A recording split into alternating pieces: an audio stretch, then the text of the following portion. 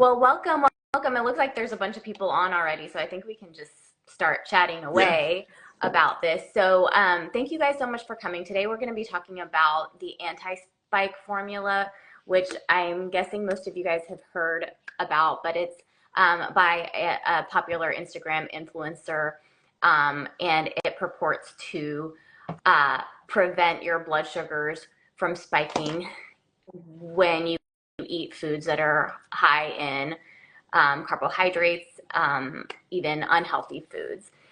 So I'm Arti Thangudu. I think you guys know that. And then I'm an endocrinologist, so a physician who specializes in diabetes, metabolism, and hormones. And then this is Dr. Chavez. I'm going to let him introduce himself. Yeah, so I specialize in nutrition and health promotion, and particularly like my PhD research was all in metabolism and blood glucose control. So write down this particular topic as well. Yeah, and so we did not want to beat around the bush at all. We're just going to be upfront with you guys and say the goal of this live is to tell you guys not to waste your money on this supplement.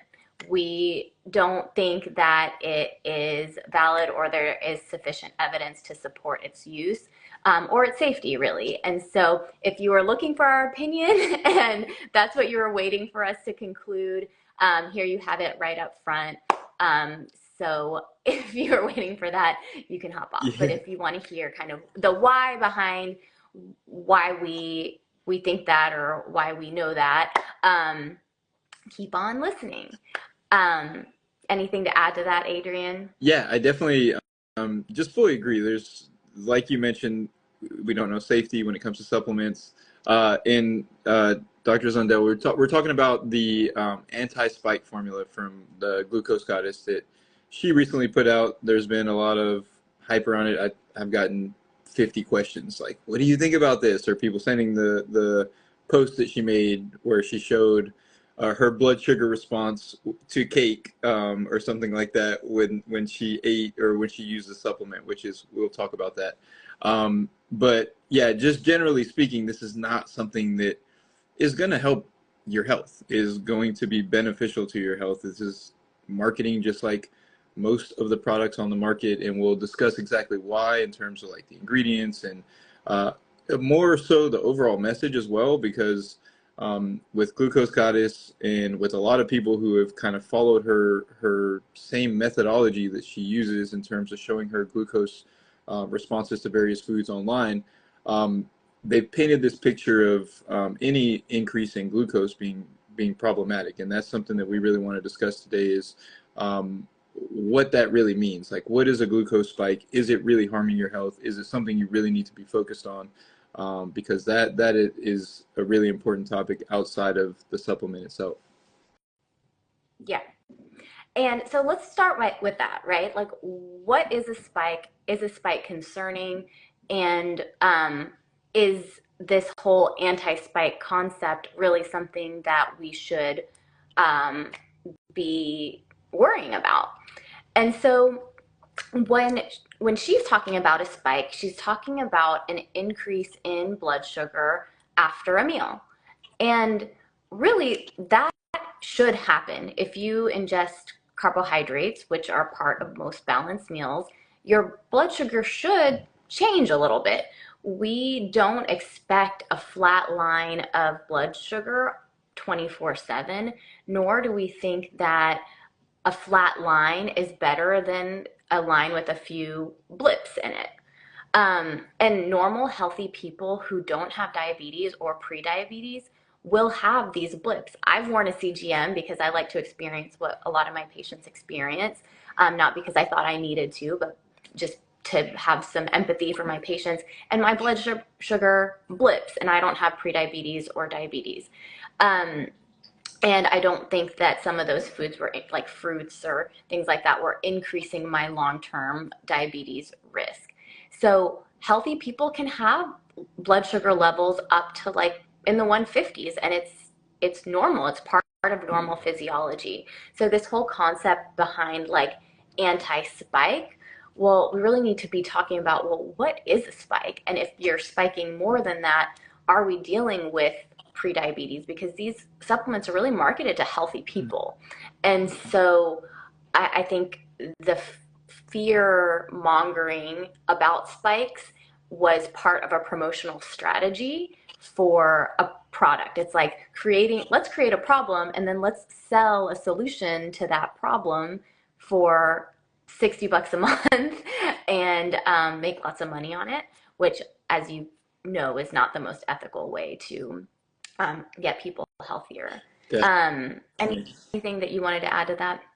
Yeah, that the most important thing with what you mentioned is there's just not data to show that increases in blood glucose after a meal, which is what she's calling a spike, is harmful to your health in a healthy person. When you see people who are promoting this, who do cite research papers, they're citing papers in type 1 diabetics who are requiring insulin. Insulin is a medication to help control their blood glucose, and their fluctuations in blood sugar are in the several hundreds, not 30. It's someone's blood sugar is increasing 200 or 150 after the meal, because they're experiencing a health issue that's related to their metabolism, as opposed to a healthy individual who's going to have an increase after the meal. The other piece that I think is important to understand is your blood sugar is just energy being transported to where it needs to go in your body. And if you reduce that by eating more fat, then you're going to have more fat in your blood. And that is also associated with negative health outcomes if there's too much fat in your blood. Same thing with protein. If there's too much energy overall in your blood, there's negative health outcomes associated with that. And if you're switching glucose because you're wearing a monitor and now you're just eating more fat and protein, but you're not changing your dietary habits overall, yes, that's going to reduce your glucose levels, but it's also going to increase your blood fats, your blood amino acids, and these are also associated with negative health outcomes if they go too high.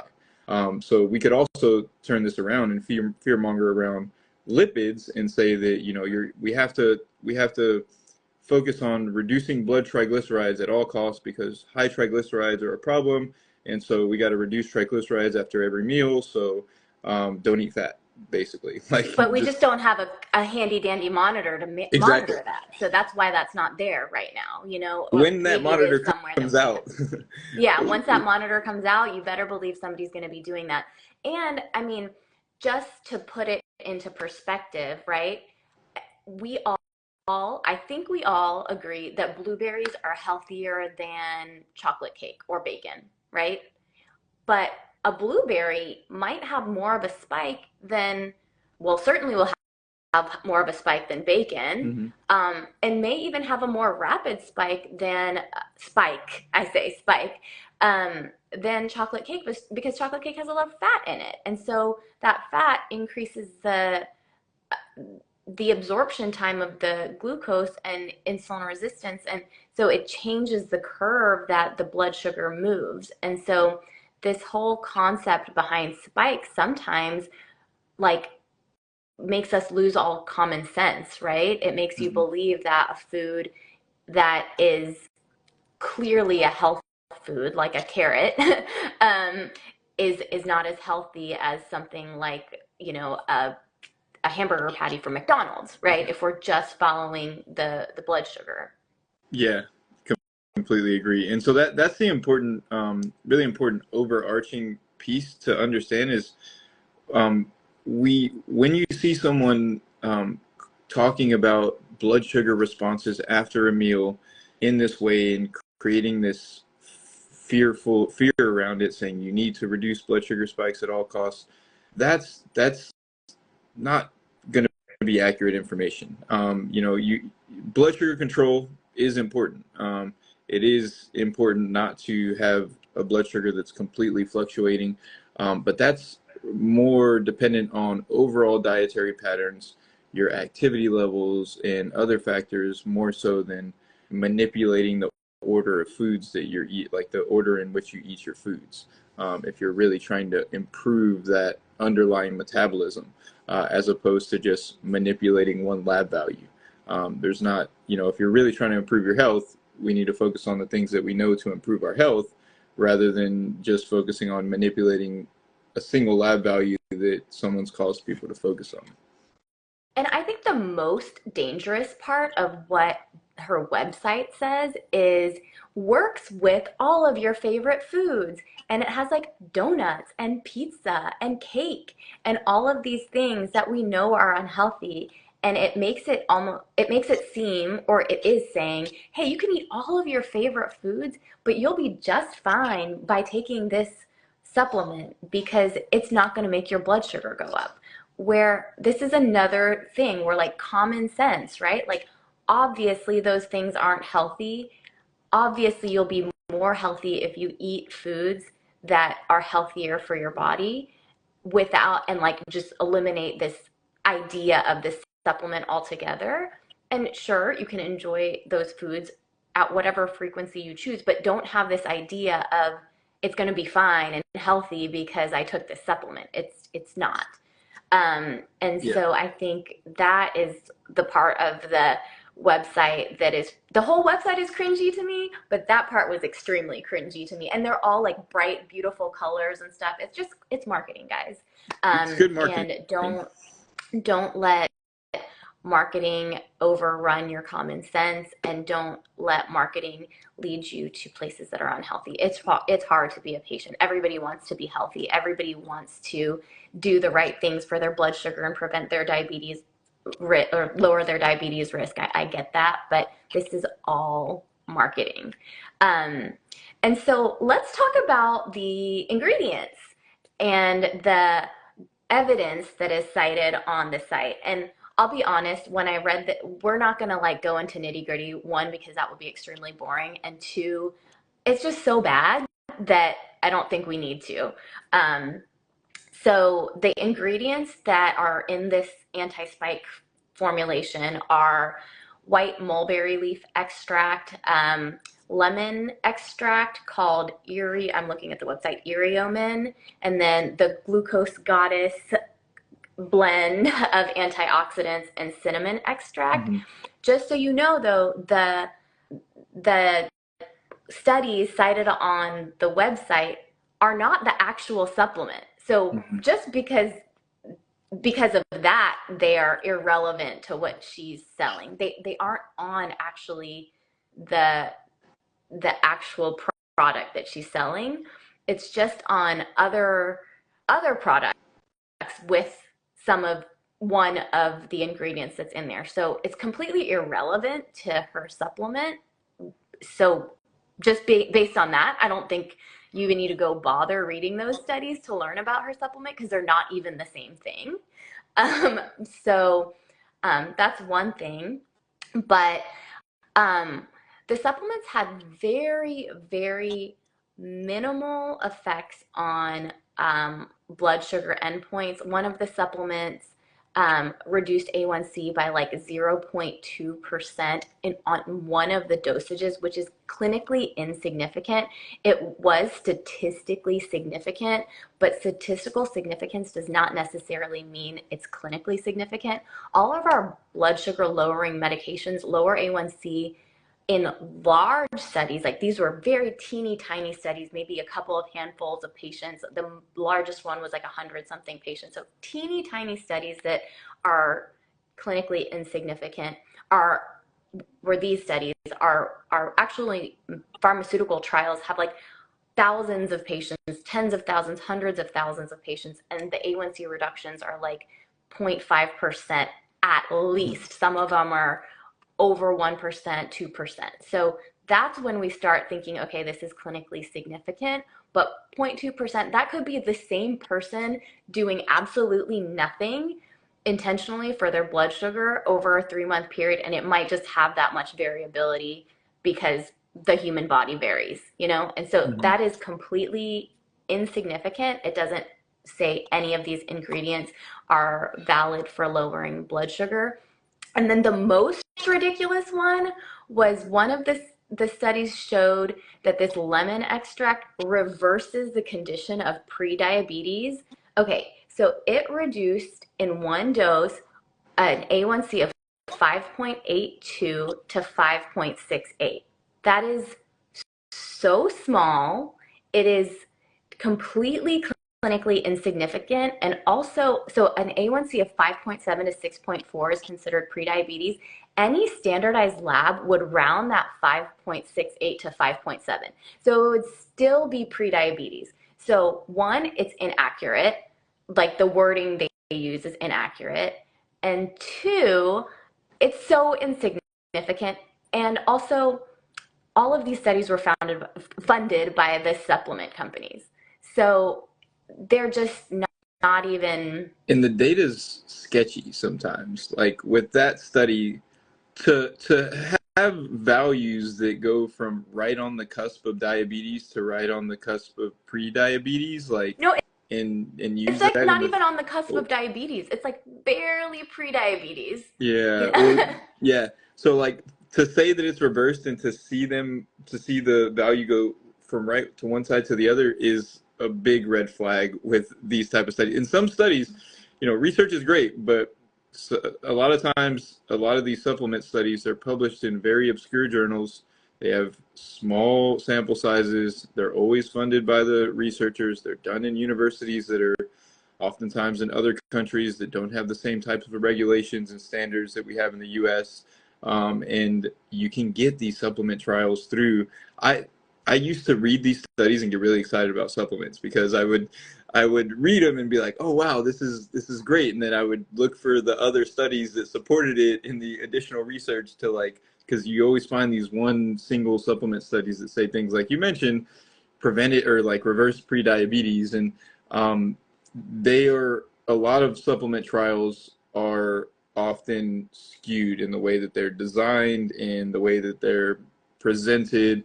Unless they're published in more prestigious journals, they're done at universities that are going to maintain higher standards. Sometimes that these things can really be like the research there can really be adjusted and altered a bit. That's the scary thing about trials and even big trials, right? I completely recognize that pharma funds a lot of clinical research, but you have to be able, in order to really look at a study, you have to be able to read and understand it thoroughly, or at least have somebody in your corner who is doing that for you, because it's hard. Like when I was a second year medical student, I couldn't understand the trials to the level that I do now. And they're not, it's not easy data to understand. And I think that that's what these types of supplement sellers are capitalizing on, right? They're basically creating a headline out of the the study, but it's, if you actually go in and read the study with an eye of somebody who understands how to read a study, oftentimes, in all of the cases on the 5 studies listed on her site, oftentimes when you read it with that kind of an eye, you recognize that it's actually not very good. And even pharmaceutical trials, like you have to be able to apply that study to the patient that is in front of you. Most of these studies were on people with prediabetes or diabetes. There was one in Mhm. healthy subjects, but most of them were, most of the, even the insignificant findings were found in people who weren't healthy.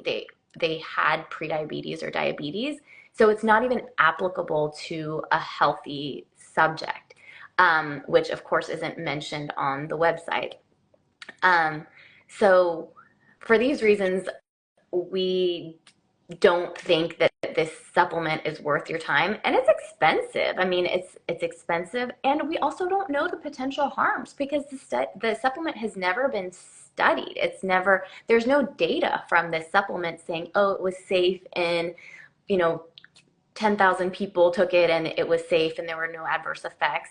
Um, and just because something is like natural doesn't mean that it's safe. Remember, like cocaine and marijuana and all of these things are natural too. And we all can agree that they're, well, maybe not a marijuana, but I think we can all agree that cocaine is not something that is safe for our bodies or something that we would want to give to our children, right? And so just because it's natural doesn't mean it's safe. And I totally get that it feels that way. And even I buy into that sometimes, you know? And we need to take a step back and recognize, like, okay, what is the goal of this study? What is the goal of them reporting this study? Is it to get me to buy something?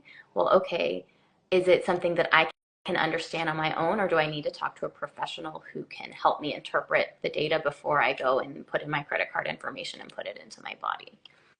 Yeah, definitely. And another thing with that is the like, yes, it may reduce the blood sugar response a little bit, but what is the purpose of like, what is your end goal? Like, is your goal to improve your overall health? Is your goal to live a longer, healthier life, reduce your risk of chronic disease? Taking this supplement isn't going to do any of that. Like, it may slightly reduce your blood sugar response because some of the ingredients have, like, they block enzymes in our gut to like slow down the digestion of carbohydrates. They can slow the release of the cake into your bloodstream a little bit, the glucose from the cake. But is that having a positive effect on your long-term health in any way? It's not. And that's the issue, is these things are sold based on, it's going to help fix this thing that I made you think is important, but the reality is it's not that important, and it's not actually going to have a positive impact on your health if you took this supplement regularly. It would just reduce your digestion of carbohydrates after some of the meals that you took it after, and there's like that's not harming you. Your body is, unless you are metabolically unhealthy, like having a cake and having your blood sugar go up quite a bit after that cake and go right back down, is perfectly fine. Like, that's It's not, physiologically normal. It's what we expect to happen. yeah, exactly. That's having your blood sugar go up, as long as it goes back down in an appropriate fashion, which, unless you're metabolically unhealthy, it's not going to. And if you are metabolically unhealthy, then focusing on improving your metabolic health overall with nutrition and lifestyle strategies is going to be more effective than taking a supplement before, high carbohydrate meals. Exactly. And what Dr. Chavez was talking about is this mulberry leaf extract was is thought to have properties of alpha-glucosidase inhibitors, which is a type of medication that we use for diabetes, and it's called acarbose, and it blocks the absorption of carbohydrates from in the intestines. And the mulberry leaf extract reduced blood sugars very minimally, like 20 milligrams per deciliter, maybe A1C 1 to 2%, very insignificantly in the mulberry leaf extract. Now, acarbose reduces, the actual medication reduces A1C by about 0.5 to 1%. So it has nothing on the medication. It's like the medication is potent.